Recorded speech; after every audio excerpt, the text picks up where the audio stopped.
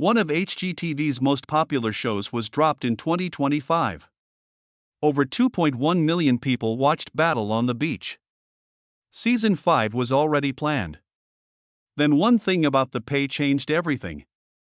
Ty Pennington asked for an extra $50,000 per show. The network said no, and the show was gone in a week. Insiders say it wasn't just about money, though.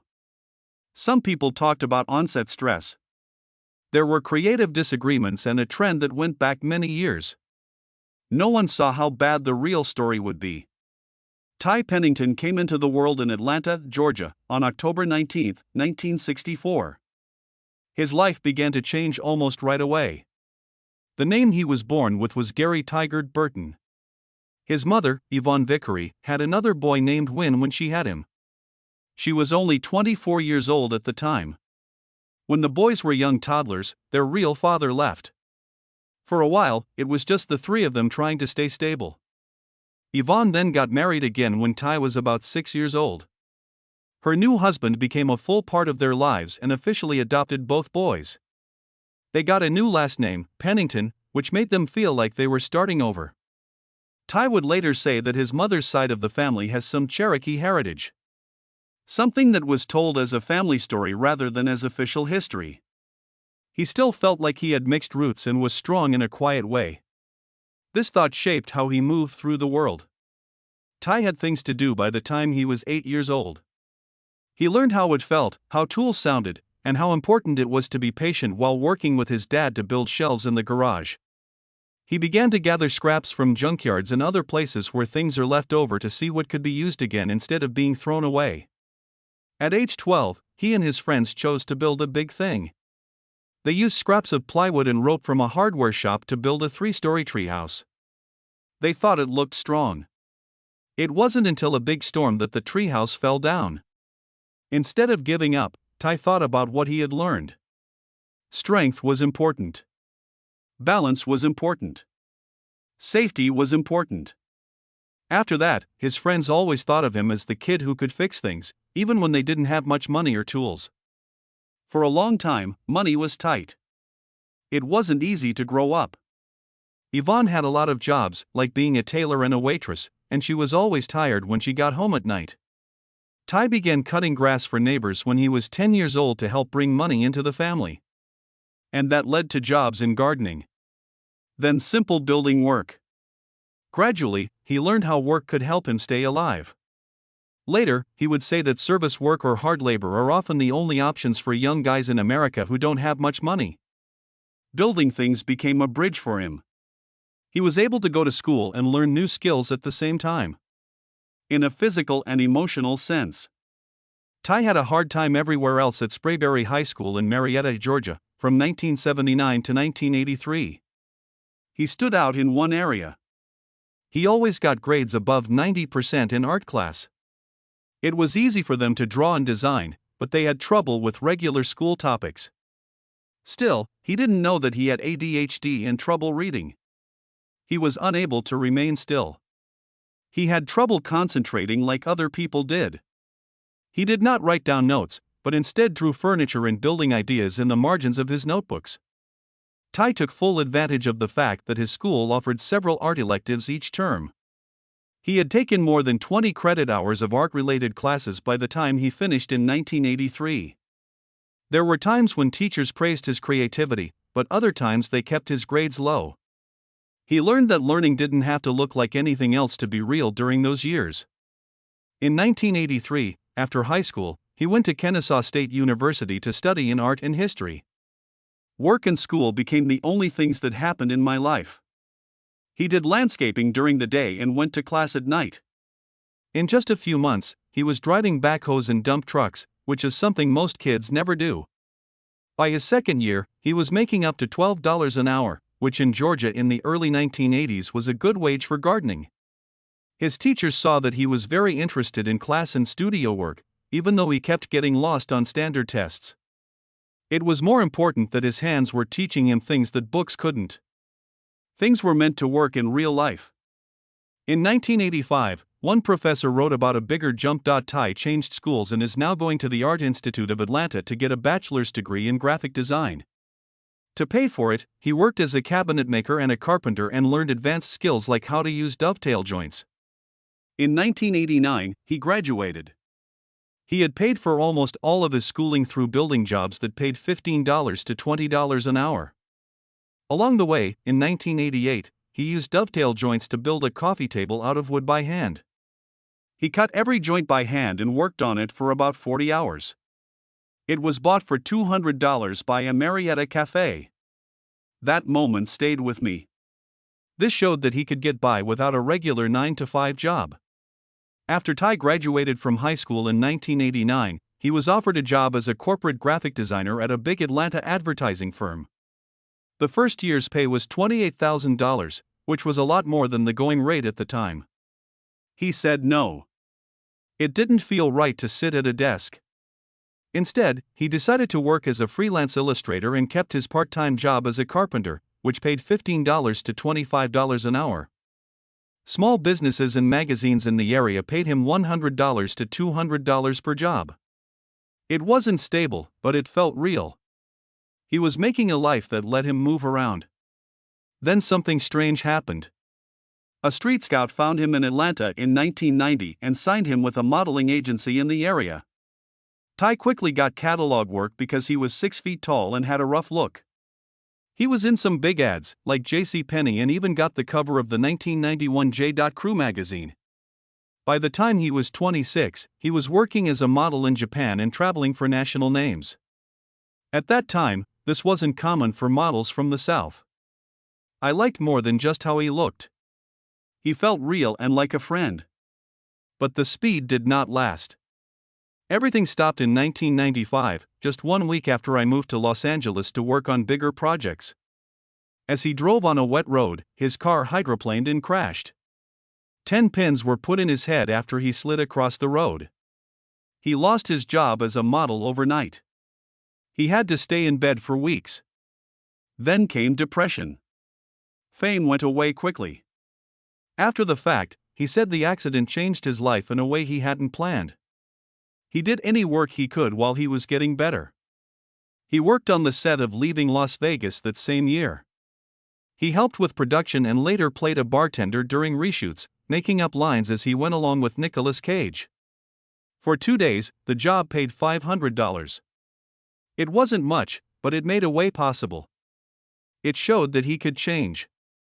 The road was still rough. Ty had another bad year in 1997. He went back to Atlanta, broke and tired.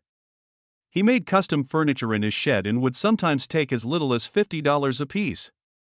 He was in a band. He did things with his hands. Slowly, I felt more confident again. Not long ago, Ty Pennington didn't have a big plan or a dream of becoming famous on TV. It began with wood chips. He quit modeling 6 months before the beginning of 2000. And by that time he was busy remodeling a kitchen in Atlanta. His mind was stuck on a task that wasn't done when his agent called to tell him about an audition for a new TLC show.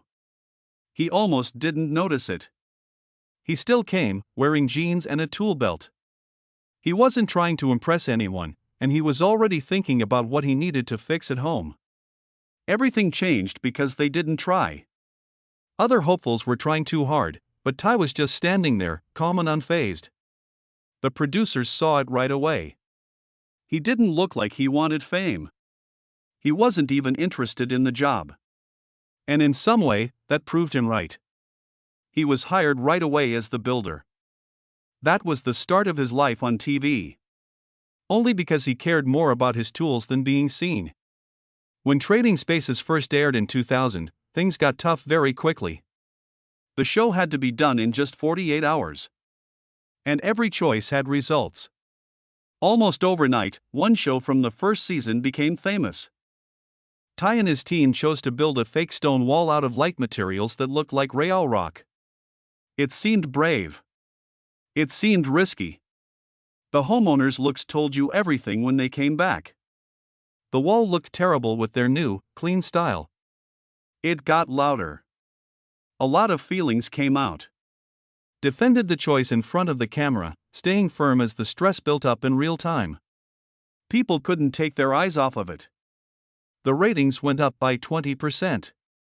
That moment did more than just show who Ty was. It changed the type of music. It became clear to networks that honest feelings were important and that pain was real. From then on, makeover shows moved toward fights. People started to watch to see Ty's face. His part grew with the show. By 2001, Ty was the lead carpenter on about half of the episodes. He was often given the hardest jobs and the smallest funds. He saved hundreds of dollars by building modern shelves out of PVC pipes instead of expensive wood in a New York loft makeover. That way of thinking was important. He got an extra $1,000 per show, which was a huge raise for reality TV at the time. What was more important was that it made people feel strong. His thoughts showed that being creative was more important than making money. It didn't go away. Not only did people trust him as a builder, but also as someone who knew what boundaries really were. Then, in 2003, everything broke. Ty asked for a 50% pay raise after 3 seasons. He quit in the middle of his deal because TLC said no. He quit a job that gave him steady pay and fame across the country. He later stated that he screamed that night because he was angry. His Atlanta business was already falling apart because he had to travel so much. All of a sudden, there was nothing solid to hold on to. It seemed careless. It was very scary. But it also made the next step happen. Within a few months, he was offered the home version of Extreme Makeover. No one thought the risk would pay off so big. When the show started in December 2003, he was cast in a part that was bigger than what he was supposed to do. The first show was about a paralyzed U.S. Army veteran who had to rebuild his home in Texas after it was flooded. There were over 100 helpers who worked non-stop. Ty was in charge of taking down dirty rooms and putting in a complicated hydraulic wheelchair ramp. The work was very hard. The feelings were stronger. 12 million people saw it. Families were sad.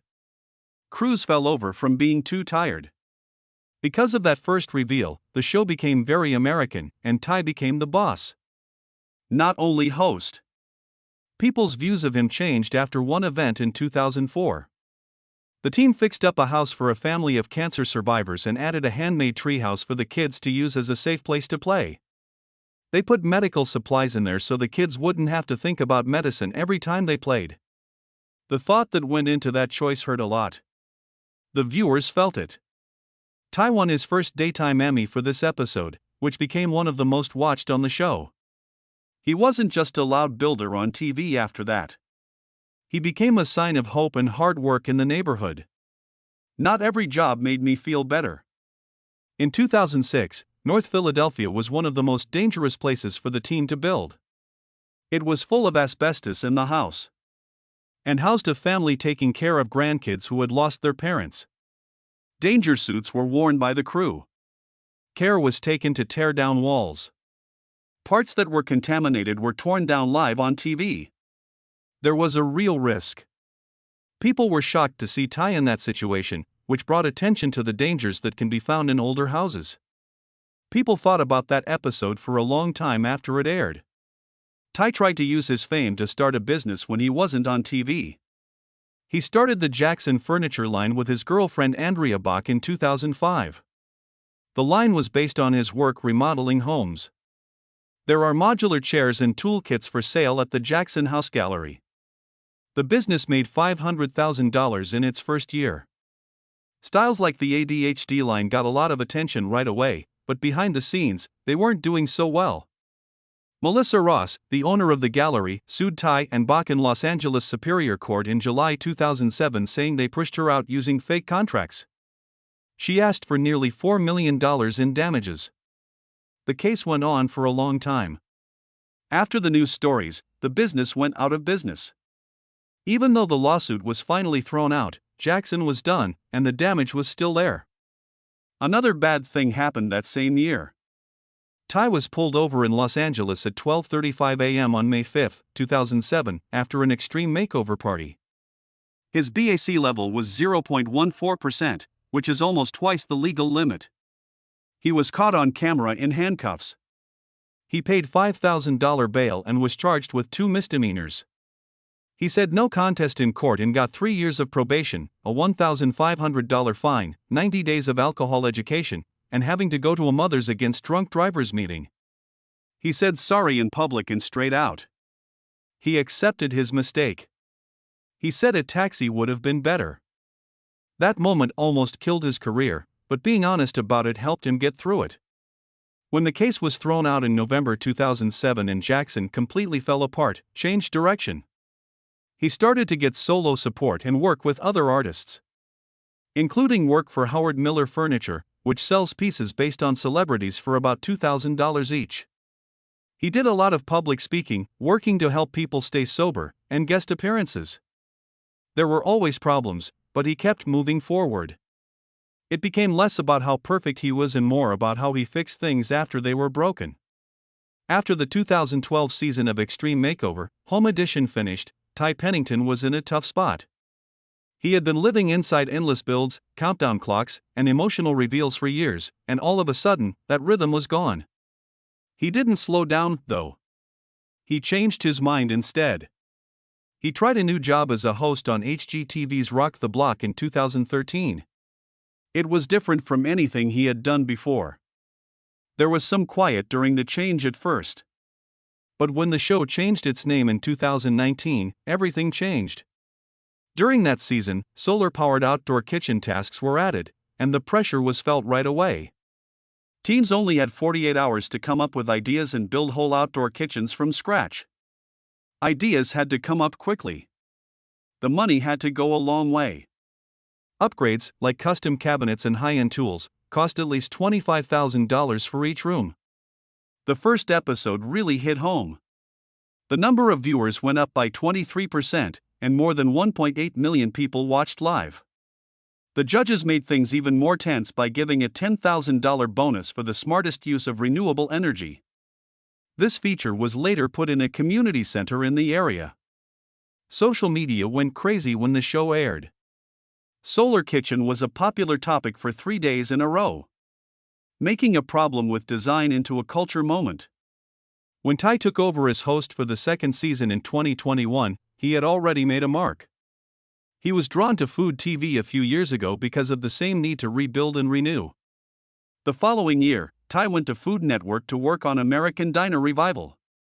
It was a simple but important job. Help diners who are having a hard time before they are gone for good. One project stood out more than the rest. It was a diner from the 1950s in Pilsen, Illinois, just outside of Chicago. The bright lights were going out and business was slowing down. Ty looked at its past. The original lighting signs were put back up. Its back, vinyl booths. From scratch, the kitchen was made again. The menu was updated with handmade burgers and fresh milkshakes by chef Amanda Freitag and her team, but still taking into account the place's spirit. It aired on November 23, 2015. It made about $50,000 a year before the renovations. When it reopened 10 days after shooting ended, sales went up to $300,000 a year. There were local investors and Food Network who paid $85,000 for the makeover, and it worked. From 2015 to 2016, the show had 22 episodes, and an average of 1.5 million people watched each one. More importantly, it was used as a model to save small businesses that were running out of time. This wasn't always the case. People were shocked when HGTV ended Battle on the Beach after only 4 seasons in 2025. The show was getting better. 2.1 million people watched each show of season 4. It did the best it ever has. Ty was helping groups build beach houses with hurricane-proof windows and eco-friendly materials, and the stakes kept going up. Things were getting tense behind the scenes. Ty is said to have asked for a $50,000 raise per show because he saw other hosts making more money. When HGTV announced the cancellation on July 1, 2025, they said it was because of a lack of money. Just 1 week before the last episode of season 4 aired. The pay disagreement, according to people who know, was a big part of it. It took about $1.3 million to make each season. A lot of that time was spent getting things from Florida that can withstand hurricanes. Fans were caught off guard, and the show's quick cancellation became one of HGTV's most outspoken moves in years. But Rock the Block kept going up. Season 6 in 2024 raised the bar even more.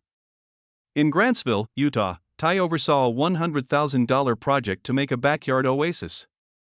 The project included infinity pools, fire pits, and a handmade outdoor kitchen. In less than 3 weeks, everything had to be done. When the finale ran on April 28, 2024, it quickly became a trend on social media.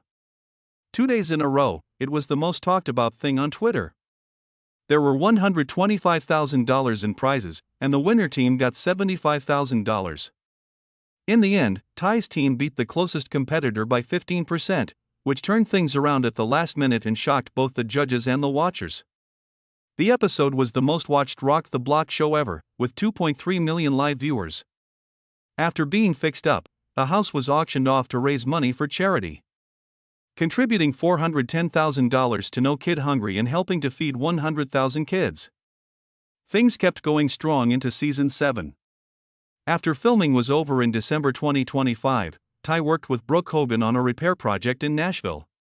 He appeared on the show with a famous person for the first time.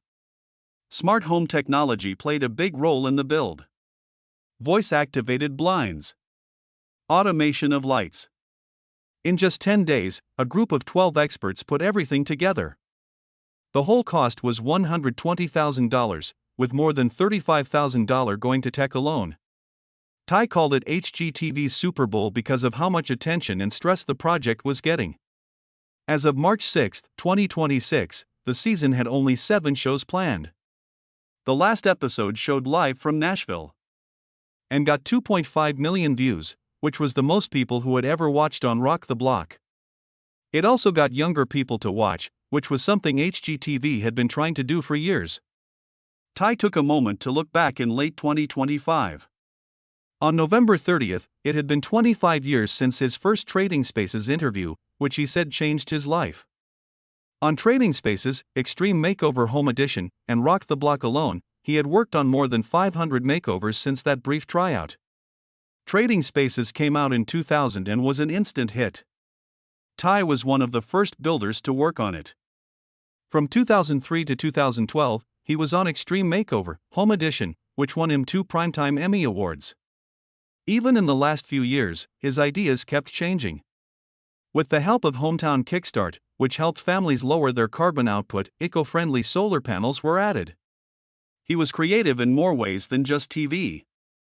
In 2024, Ty told everyone that he had teamed up with Howard Miller to make furniture out of teak that had been rescued from shipwrecks. All the money from the sale of each limited edition table went to habitat causes. These stunts were not just for fun. Ty handled the wood like it had a story to tell because it did. Some hardwoods and veneers were used to make pieces like the Oxford Antique Black Bookcase, which turned design into something real and important. Then real life got in the way, which the plan couldn't handle. Ty had a scary health scare in July 2023 when an abscess formed in his throat and almost blocked his breathing. He was taken to the ICU in Denver right away, where he was intubated and had surgery right away. Recovery made him different. Even on 12-hour shoots, he set up wellness breaks, water stations, and a listen-to-your-body attitude on set. Crews that were used to going fast all the time were surprised by the shift, but Ty didn't give up. Health was the most important thing. That concentration went beyond work. In 2023, he started Ty's Workshop, an online school that teaches how to build with dovetail joints. There were 10 video lessons in the course, which cost $99. Within months, 50,000 people from around the world signed up. With clear steps and visual demonstrations, the lessons were made to be ADHD friendly so that people who had trouble learning in the past could learn how to work with wood. Ty turned 60 years old on October 19, 2024. He celebrated by posting an undressed Instagram picture that his fans made fun of and called sexy. The post spread like crazy. He said in 2025 that there would be an HGTV special in 2026 that would cover his whole career, including mistakes that have never been shown before, like the time he dropped a hammer and broke a $2,000 mirror on Extreme Makeover. The special promises personal stories and rare footage from 25 years of TV. His personal life also went in long loops.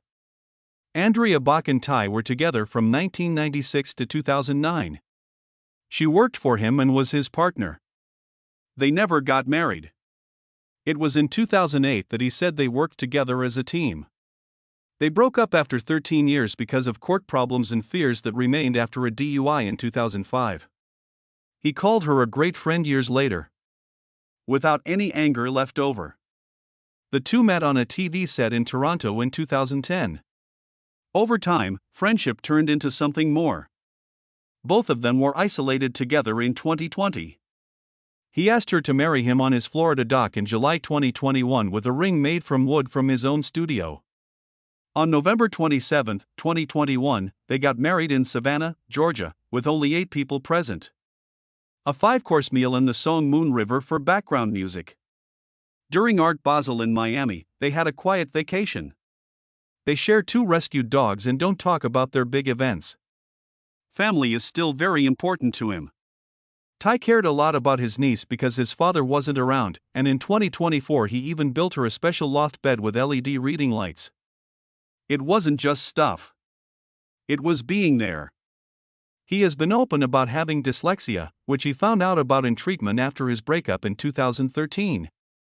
Being bullied as a child made school hard, but the difficulties helped him get better at seeing things. His language was made up of color, space, and form. Dyslexia used to be an issue for him, but now he sees it as a reason for his success. He has been very close to dying more than once. A very bad car accident in 1995.